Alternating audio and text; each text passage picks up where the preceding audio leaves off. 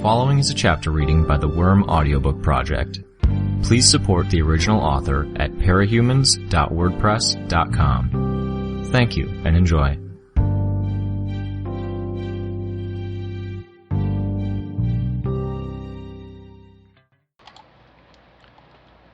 Scout it, Noel gave the order. Recuperate while we wait. Marissa sent a hawk flying through the dense foliage. Noel could feel that dull thrum of adrenaline, feel as though time had slowed down. Her perceptions and reaction times cranked up to the maximum as she assessed every skeleton and bog zombie between her team and the hawk's ultimate destination. A clearing with a withered crone standing idle in the center. Everything was a clue. The placement the enemy had chosen for each unit crucial, because it would force them to maneuver one way or another. Was that treasure chest placed at the back of the swamp dungeon because the enemy overlord had wanted to put it as far out of reach as possible, or was it because he wanted to bait them into a trap on that side of the room? It would be impossible to guess from that one clue alone, but the position of the monsters, lighter on that end of the room. "Stay to the right," she ordered. There were reports of a scent from the others. Like being aware one was dreaming without actually disturbing the dream, it was a rare thing to be in the zone and be aware she was in the zone. She knew she was right. "Cody, go ranged." Cody's highwayman sheathed his rapier and drew twin pistols from his belt. "Luke, wind magic, wind spirits. Dimple Cheeks doesn't usually use casters as an overlord, but he'll stick to old habits. He'll have teleportation. Mars, circle around, poke at her from range. Go!" They charged into the clearing. The hag, Dimple Cheeks, summoned two uber demons as they breached the threshold, then teleported to the far end of the room. Luke's shaman was already setting down wind spirits who were spewing forth miniature tornadoes, casting out gusts of wind that would accelerate his team and slow down or push their enemies. "Enemy team just turned around," Jess reported. "They're backtracking for the portal. They're going to invade en masse." "Fuck!" Noelle said. Her mind was racing, covering a dozen factors at once. Positioning her challenger to best benefit her allies in the fight, avoiding the hag's spells, calculating the damage her team was doing, keeping track of her items and those of her team. How many rooms? They were one room past portal. They'll be entering around now. 10 seconds at best. "Can't kill her before they show." "Want me to send troops?" Jess asked. "No, fortify your dungeon. If they take us out, you hold them off." "You know my boss monster isn't that strong. They're only 3 rooms from fighting it."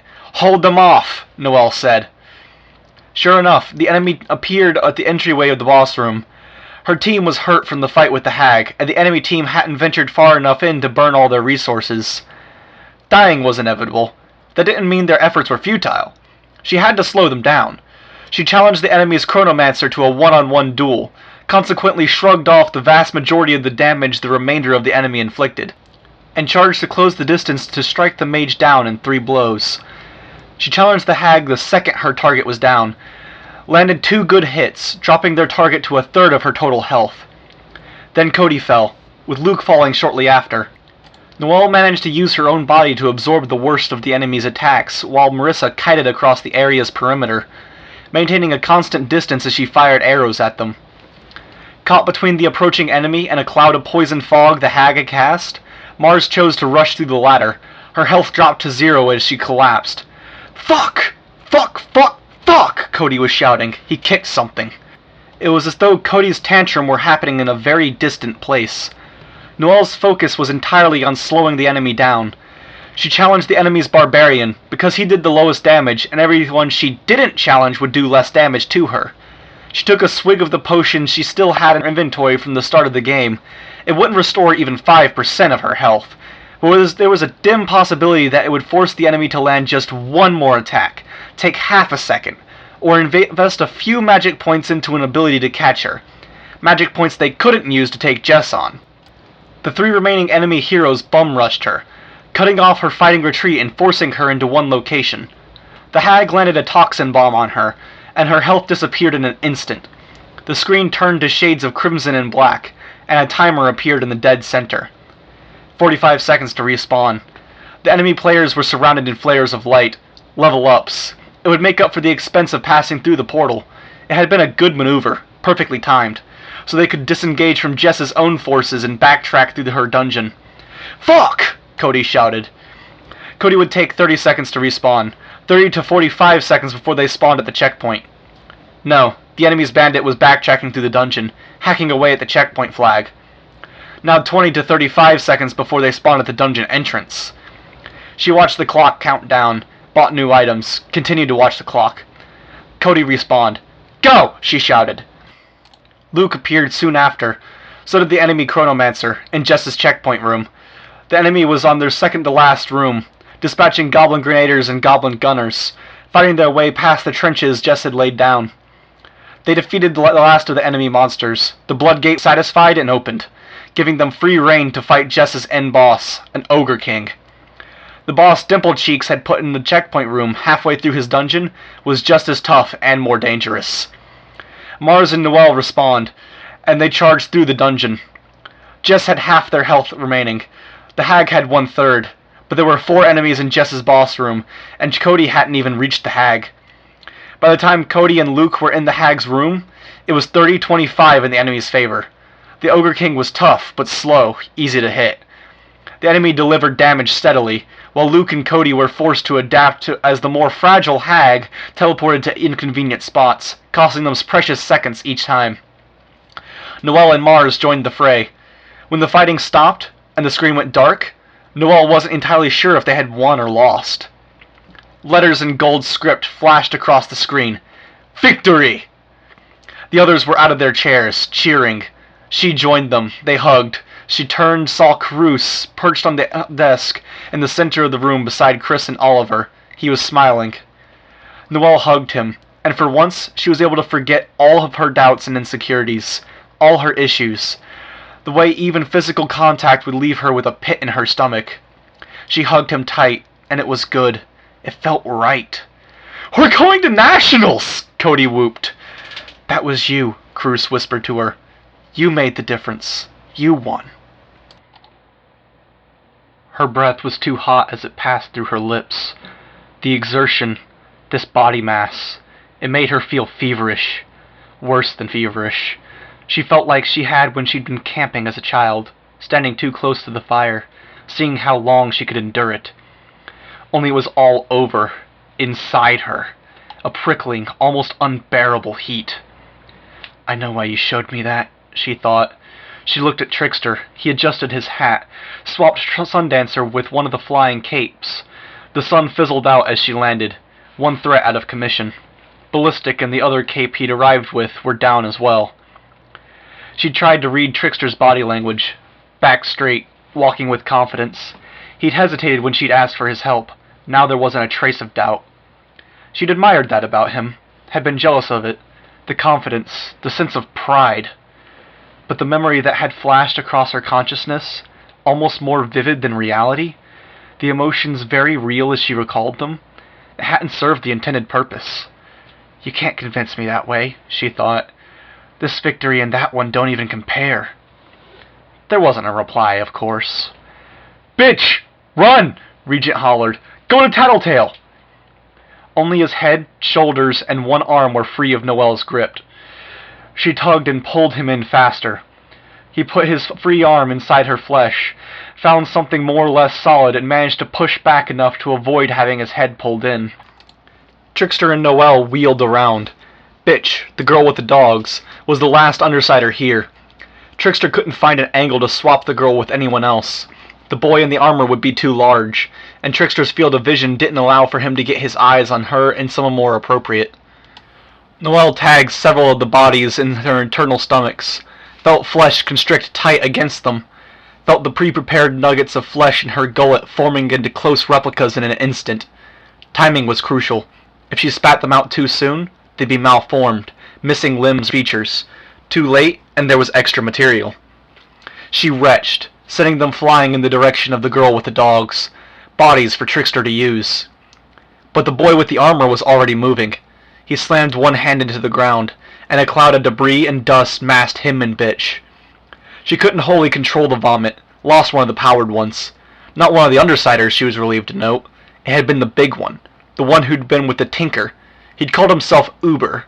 She didn't try to reclaim him. He was more or less useless. The loss still pained her. Better to have him than one of the unpowered ones. Her vomit caught Genesis, who was presently a charging bull with a jellyfish-like tentacles trailing behind her. The vomit blinded Genesis, and Noelle struck her hard enough to kill. The body collapsed and started disintegrating. "Hey!"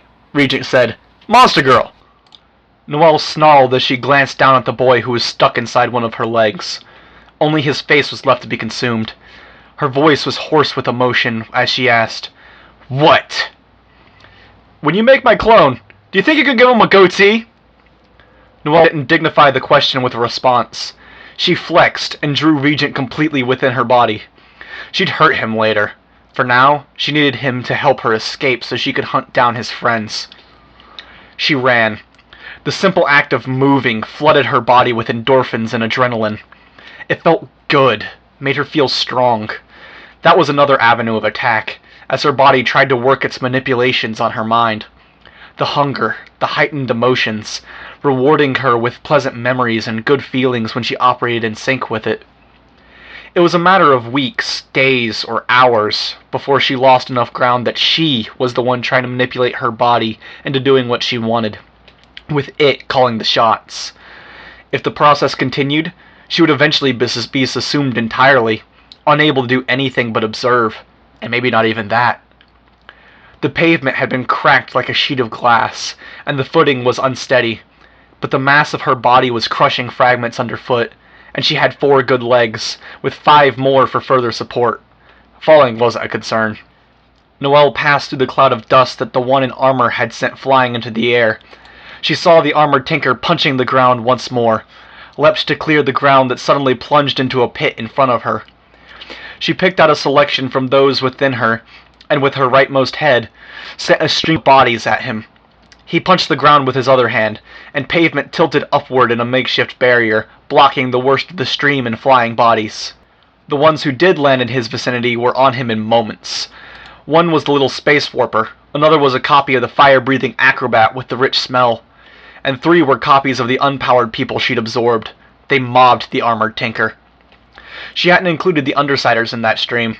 Until they were more fully absorbed, there was a good chance that she'd spit them out if she tried to copy them. Using any one person too frequently carried the same risks, and she suspected that it would be more difficult now that she was so full. The girl in silver armor with white flowing clothes was dashing toward her from the other side, not any slower for the shattered ground underfoot. Noelle picked out unpowered individuals she could afford to lose, closed her muscles tight around them, and spat out the partially formed nuggets along with a mess of internal fluids. The girl ducked low, landing on a fragment of road, using her forward momentum to skid toward Noelle as though she were snowboarding. There was an explosion of debris as she kicked off the ground, and the girl soared toward Noelle, twisting in the air to land a kick with the same foot. It felt like getting hit by a cannon. Noelle's stride broke as she had to plant one foot to the side to keep from falling over. She'd lost ground, and Bitch was swiftly increasing the distance between them. Noelle hesitated, then decided to let the girl go for the time being. Better to defend herself, establish a better position. While stationary, she could spit up an Undersider, swallow them back up again. She read up on them, had talked to Trickster about them. She had a good sense of what they were capable of. But which one? She had 3. Regent might work against this girl in white, but his influence would be too minor in the big picture. His smell was the weakest of the 3. Not that it was really a smell, but she was peculiarly aware of the people with powers, active or otherwise. Each had a texture and a tone and a flavor, something she felt that she could come to understand. She might have said that it was a taste, might have compared it to when she'd tried wine that one time and tried to see what the wine aficionados looked for when they sampled the vintage. Except the word smell worked better, because smell and taste were really very similar, and smell worked over distance. There was a difference in Skitter, Gru, and Eidolon's smells, along with a handful of the other visiting capes. A smell that set them apart from the other parahumans in the same way that other parahumans were set apart from the people who could have powers but didn't. An intensity. She'd wish she'd spent more time researching the powers. She hadn't been able to bring herself to, had only wanted to distract herself from the thoughts of what was happening to her. Which one to use? Skitter was more dangerous in a general sense, but she wouldn't stop the girl in white now. That left Gru. She didn't spit, but simply contracted and let the body spill forth.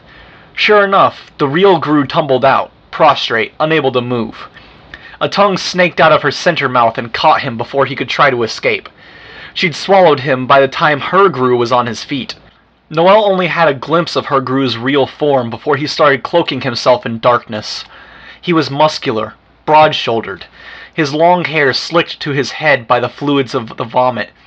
Angry red ulcers studded his dark skin at set intervals. He cast a glance over his shoulder at her as the darkness crept up over his shoulders and the back of his head. His eyes were black from corner to corner, his teeth too large, misshapen like his fingernails were, tangled together to the point that he couldn't open his mouth. It forced him into perpetual grimace with his teeth bared. He turned his back to her as the darkness covered his face, squared his shoulders. The body language was clear. He was protecting her. He's one of the useful ones, then. Her copies of the little space warper had been like that, naturally inclined towards teamwork, disciplined. The other three were more likely to run off. They were still useful, but they did things in their own way. Spheres of darkness appeared in her Gru's hands. One after the other, he hurled them at the girl in white.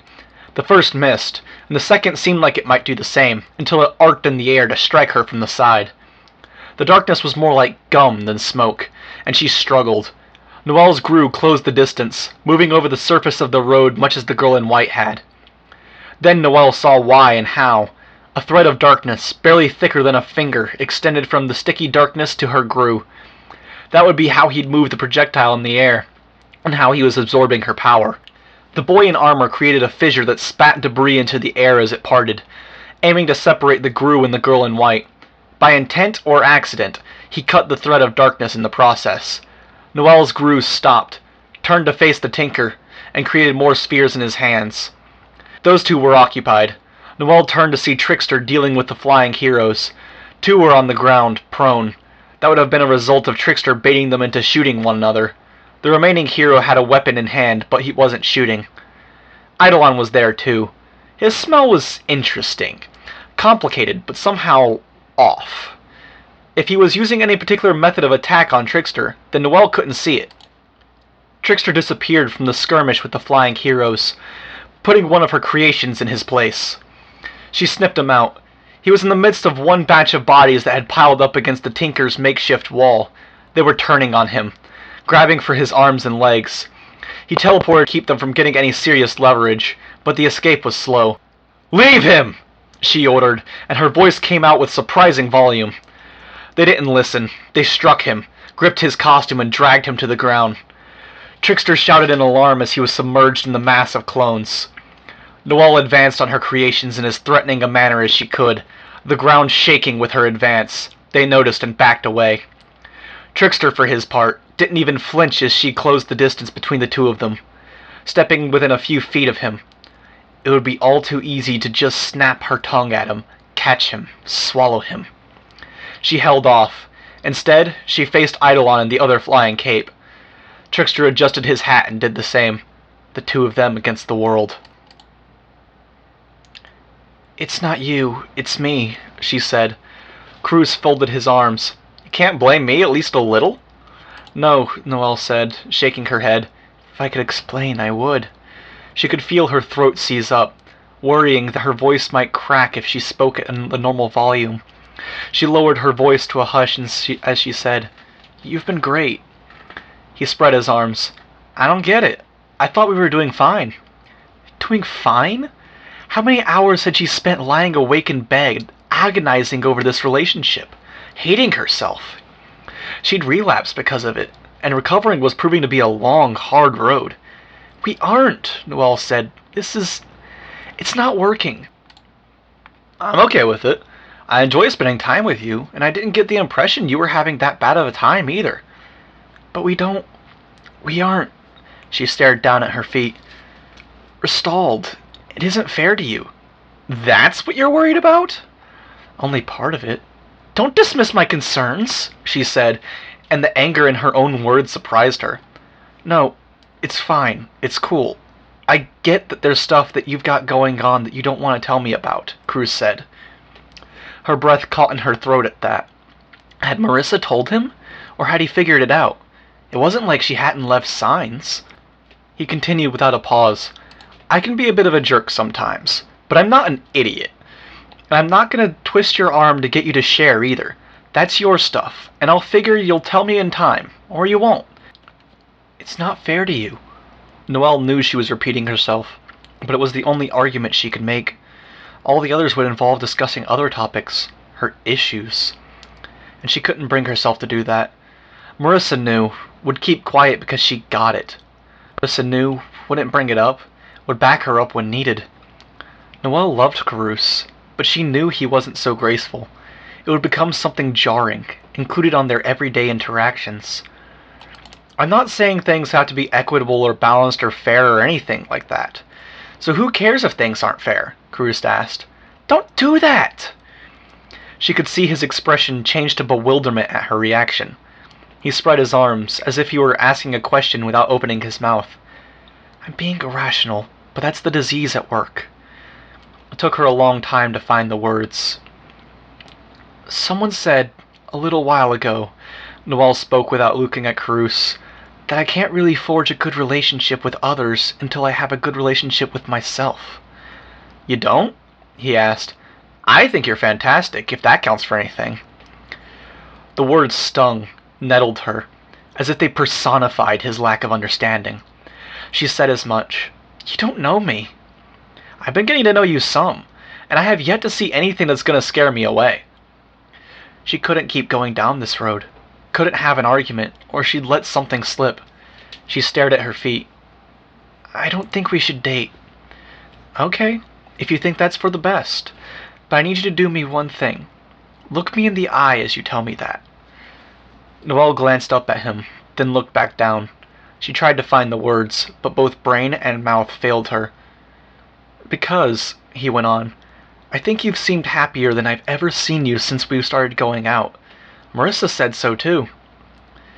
It's a bad time for me, she thought, as if voicing the words in her head would let her utter them out loud. The wrong moment. Any earlier or later in my recovery. He continued, if you really feel like us dating is making things worse in the long run, then I'm perfectly okay with breaking it off. I can leave the club if that makes things easier on your end. It was your thing before it was mine, and you've got enough on your plate without being the team captain. I don't want you to leave the club, she said, meaning it. Okay, he said. He paused very deliberately. She didn't take the invitation to speak. He sighed. Listen, I get the feeling today is a bad day. Don't know why it is, but it is. And that happens. Fine. But I'm not willing to end this if it's just because the stars aligned wrong. So I'm asking you to tell me that you're worse off because we're together. Not asking for an explanation, just... Can't do this. Can't break it off. Not when he's being this good about it. Not when it's making both of us miserable. Never mind, she said, abrupt. I'll find another way. Never mind? Never mind. Can we forget this conversation happened? Sure, he said.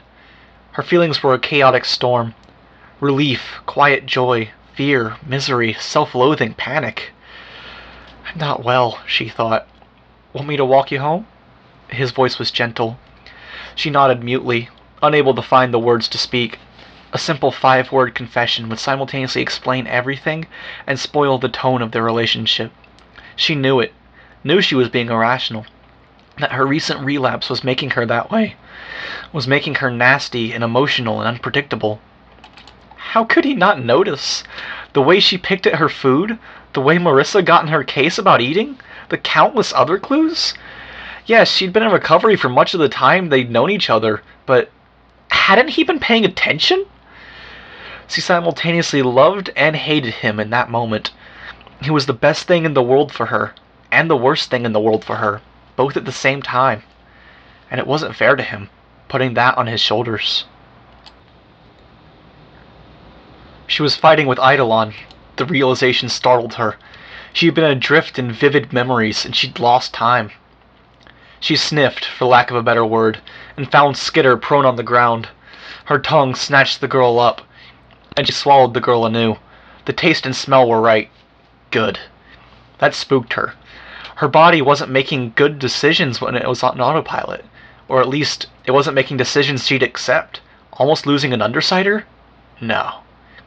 She double-checked. Skitter, Gru, Regent, and the little space warper were safely ensconced inside her, each tucked away in neat little wombs, unconscious and helpless, and safe from the ongoing fighting. Why did you show me that? Why was that so important? There was no reply. Never a reply. Eidolon reached out with one hand, and she instinctively rushed out of the way. The gravity effect hit her, and she could feel her flesh tearing, feel the extremities ripping. Her ears, nose, lips, and all the little pieces of her monstrous lower half, at her shoulders, the top of her head, the flesh above her spine on her lower half, the flesh was pulled down and away until it started to rip. Eidolon fell out of the air, hitting the ground hard. Noelle turned her head, saw Regent. Her Regent. He was only half-formed, one arm missing, the features of his face more like a fetus than a teenage boy. She smiled. Maybe her other half had made some good decisions. Her flesh was already knitting back together, everything shuffling into their proper places or shifting around to fill gaps. The fluid that welled from a bottomless source in her monstrous lower body bubbled up and coursed through her veins to supply the needed materials. The girl in white hit her again, striking the joint of one outstretched limb. Noelle swiped at the girl in midair with her other forelimb, came within inches of making contact. The ground underfoot shattered. Noelle leaped before the Tinker could repeat the effect of this and sink her into another sand trap. There was another explosion from beneath her. She leapt to avoid the worst of that one. She vomited in the direction of the Tinker, but he was anticipating the attack. He provoked an eruption of rock shards and dust midway between them. The bulk of the flying bodies and fluids were knocked off course by the plume of debris. With a third strike, he raised a barrier around himself. Two of the three bodies that hadn't been stopped by the debris were caught on the shards of pavement. One suffered a broken back. The other hit the edge of the fragment with enough force that his stomach was ripped open. The third flew over the barrier. The Tinker caught it with a punch, and the pile driver in his gauntlet extended twice in an instant, punching two neat holes through his upper body. He didn't even wait for the body to hit the ground before striking and creating another fissure that extended beneath the barrier and beneath her. She leapt out of the way before it opened wide enough to catch her or one of her feet. It was bad timing. She had been distracted by the recent vision. Eidolon hit her square on with another gravity attack. Her flesh was savaged and split. She was almost immobilized under the force of it. If the Tinker used his power now... Trickster broke Eidolon's contact with the gravity field by teleporting him. The hero reacted in an instant, releasing a half-dozen blue sparks from each hand. They grew until they were 3 feet across, crackling with electricity, moving at a walking pace as they slowly homed in on Trickster. He had to teleport to avoid the closest one. Only some of the orbs followed him to his new destination, the others remaining where they were. Noelle opened fire on the Tinker. 2 streams of vomit, each one directed to one side of him. She considered vomiting on the electric orbs, then thought twice about it. Trickster teleported again, trying to maintain distance, but Eidolon had created more of the sparks, and the things were spreading out evenly across the battlefield, moving closer to Trickster if he got within 10 paces of them. It threatened to hamper her own movements too, Noelle noted. Eidolon raised a hand in Trickster's direction, and Trickster was quick to teleport away. The gravity slam hit one of Noelle's creations instead. Trickster wound up within 2 paces of one orb, and had to scramble back before it touched him. Noelle looked at him, remembered the scene from her most recent memory, and this moment, with so many other people to be angry at, so many others to hate, she didn't feel that bottomless resentment for Trickster that she'd experienced ever since the transformation started. It wasn't you, she thought. I keep saying it was your fault. It wasn't. She was already moving towards him as the thought came to her. I blamed you for giving me the elixir, the potion, whatever you call it, but it was me. I heard you guys talking about how the people who drank the stuff were supposed to get tested for psychiatric issues. I didn't tell you the Simurg showed me visions of my worst days, of my relapses, my lowest points. That she drove me into a state where I was reluctant to take the full dose, eager for a compromise. She started running. I knew all this, and if I'd only had the courage to say it, maybe this all would have gone a different way. Oh, the irony, that this is what she'd become. She crashed into the first of the lightning orbs. She felt the current surge inside her, settle in her bones, latent. A heartbeat later, every single orb that Eidolon had cast out flashed with visible arcs of electricity, striking her. The energy ripped through her, stripping flesh from around the bone of her arms, her ribs, her spine, and the larger bones of her lower body. The electricity surged to the ground and out of the top of her head, stabbing toward the sky in a visible lightning strike. Noelle staggered, touched one hand to her face, where the flesh had been distorted by the strike, separated from the bone so it hung down. Large patches of her hair at the crown of her head burned away. The ends of her fingers where she'd touched the orbs were blasted away, revealing bone. She could feel it growing back, flesh knitting together. Even this wasn't enough to kill her. She touched another, and it was worse, drawing on the residual energy from the first contact. The third was worse still. She complained of the sheer heat of this body before, but this, it was a heat and a pain that was on an inhuman level, transcendent.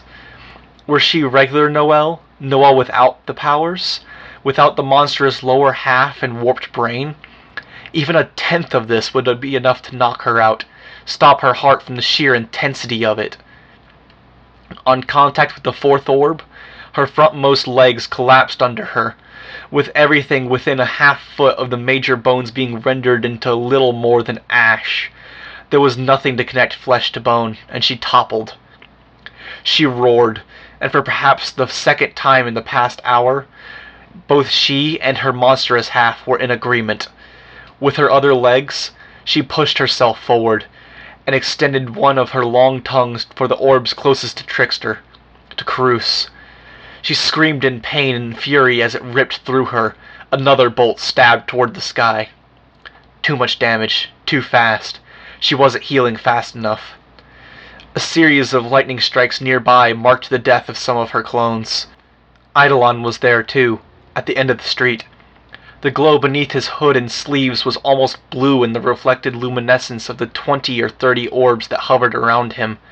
A further 20 or 30 orbs were spread out over their immediate surroundings. The others. The Tinker had created short walls of stone to shield himself, and the girl in white. The rest of the battlefield consisted of other bodies and other fallen. Eidolon spoke into his wrist. Noelle realized that there were other capes nearby when they each came to a stop, resting on rooftops and behind cover a few blocks away. Short of Eidolon, there was nobody for Trickster to swap himself with, and given that Eidolon had so many orbs in his immediate vicinity, no. Trickster swapping himself for Eidolon wasn't an option. Her other half hated him, and she was realizing just how much her monstrous body had been influencing her without her knowledge. Now that her emotions were all pointed to this one individual, this one target, it left her feelings toward everyone else at almost normal level. Her feelings for Karus, her hatred of the Undersiders, her anger at Coil, each had been twisted, magnified, warped. "If he does another gravity attack, I'm kinda dead," Trickster said. "He won't," Noelle rasped. "He'd knock those orbs out of the air, and he's counting on them to destroy me. They probably will." As some of her tendons and ligaments knit together, she got 2 legs under her and positioned herself as close to Trickster as she could without touching him, shielding him from the orbs that were approaching at a crawling pace. "I'm sorry," Trickster said. Noelle couldn't bring herself to reply. She wanted to say she was sorry too, that his apology was unnecessary, but a kind of indignant rage was rising deep within her, threatening to overwhelm her. All of it was directed at Eidolon. And in the midst of that rage, she felt a killing instinct she hadn't experienced before. Even coming this far, she'd never wanted to kill. She wanted the Undersiders dead, yes. She'd tried to kill people, but a part of her had always held back from wanting to kill, from wishing to carry out the act of murder herself, to execute this man who sought to end her existence. It wasn't her desire. Not really. It was her body's. "You want to kill?" she asked. "You really think you can fight your way through this?" "What?" Trickster asked. "What are you talking about?" Not talking to you, she thought. I have two conditions. Don't harm Trickster, and make it a nice memory this time. Then she let her defenses down. Her other self took over, and it wasn't her memory that she experienced. Some of the others departed early. Others were ready to depart soon after arrival. Still others, this one included, were to wait. They were one. They were all. A collective, a single entity, a trillion times a trillion entities, each with a function in the whole, each with a role in the cycles, each with an individual identity. As one, they traveled. The distance was immeasurable, the passage of a time impossible to convey. There was no standard, for there were realms they traveled where time and space operated on different levels. For all, their own kind was the only standard, the only thing that remained relatively static through the cycles. When they met their own kind, they shared with each other. When a new cycle was carried out, everything of the parent was born by their spawn. When the collective moved toward their destination, they operated as a whole to decipher it, to pick apart the permutations, see the futures and the possibilities. But for this one entity, which existed as part of the whole, there was a target within that destination. When it came time for this one to depart, it would seek out a particular individual. It would bond with that individual.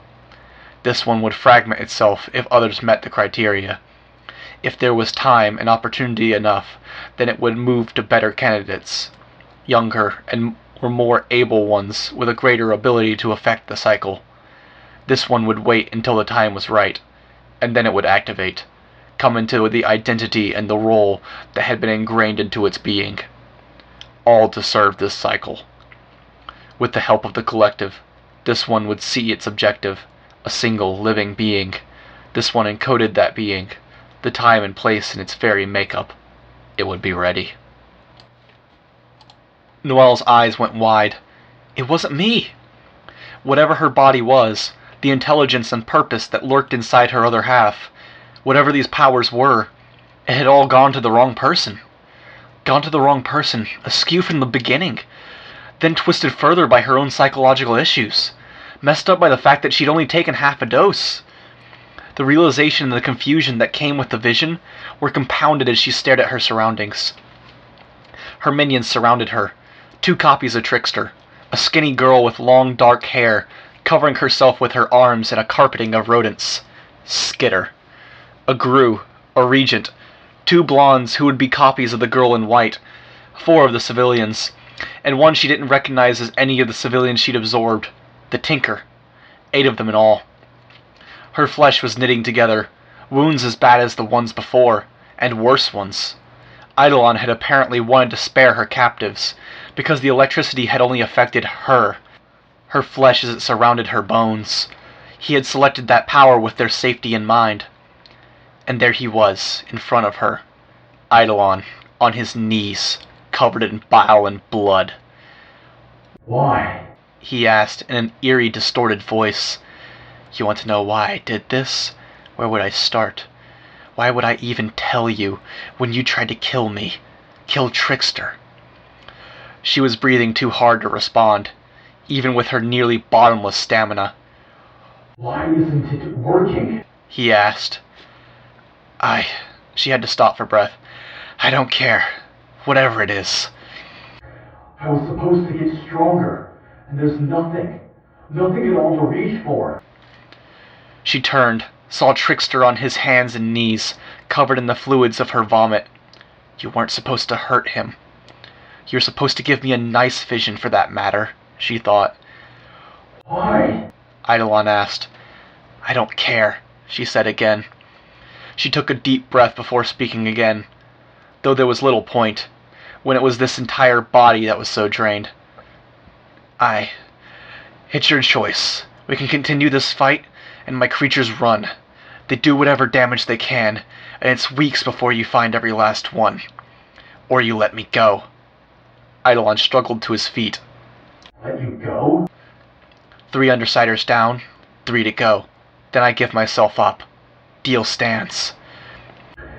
What's to say you keep that promise? Nothing. But you don't have another choice, do you? Eidolon didn't respond.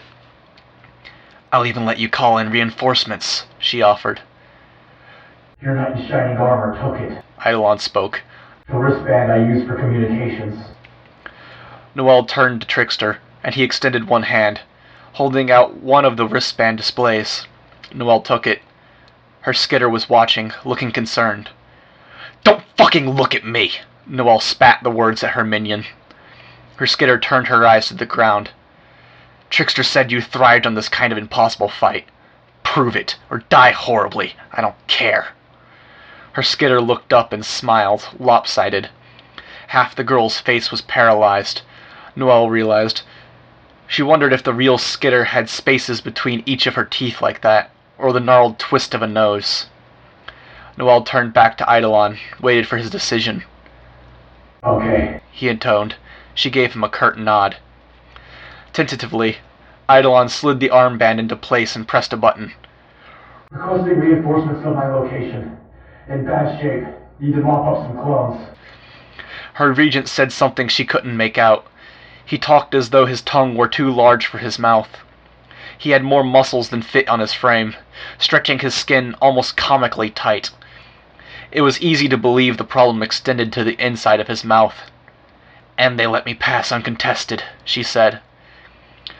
He spoke into the armband again. Do not engage target Echidna. Understood. A woman's voice came from the armband.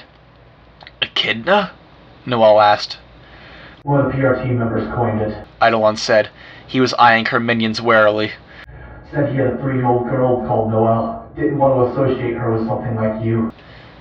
Who's his last name? Eidolon gave her a wary look. Meinhardt. Okay, Noelle said. Then she turned to run, leaving Trickster behind. Her nose led her to the remaining Undersiders. Back home, insofar as she had one.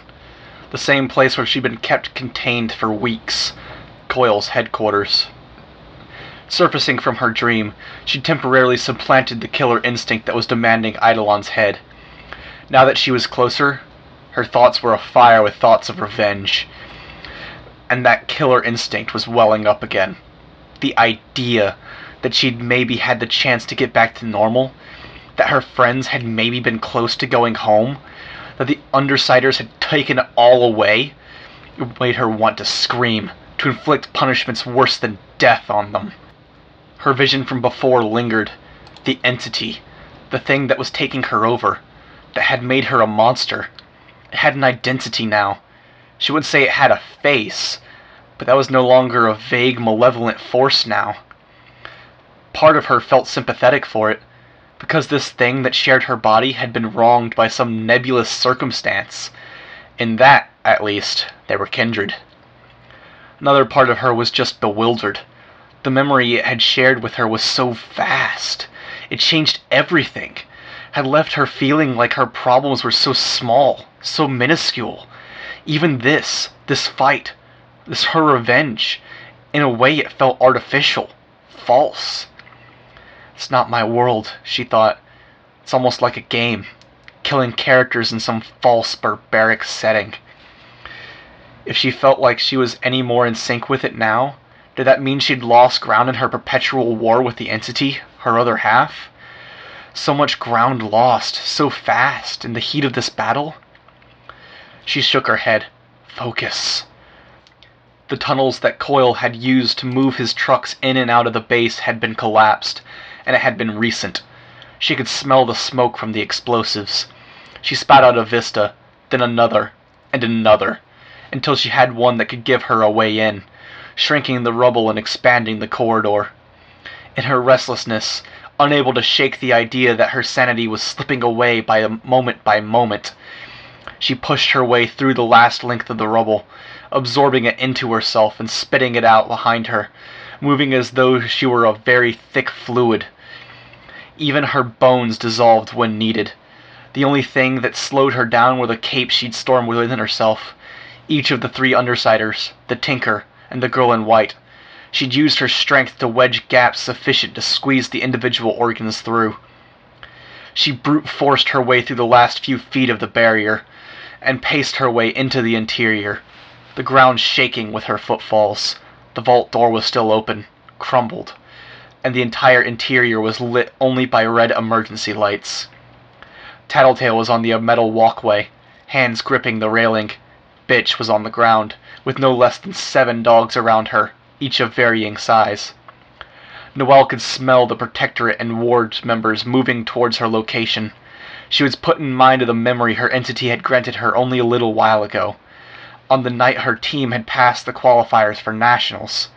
She'd passed the point of no return, and now the enemy forces were collapsing in on her. She smiled a little. She'd almost thank Tattletale for this, if she weren't so eager to rend the girl limb from limb, to wipe the smile from her face and hear her screams. All that aside, Noelle hadn't felt more like herself in a long time, and she had these circumstances to thank. This difference between this scenario and that one, really, was the reinforcements were minutes away. This fight wouldn't last that long. Well then, Tattletale grinned. Her tightening grip on the railing betrayed the emotion she was trying to hide. Come on, do your worst.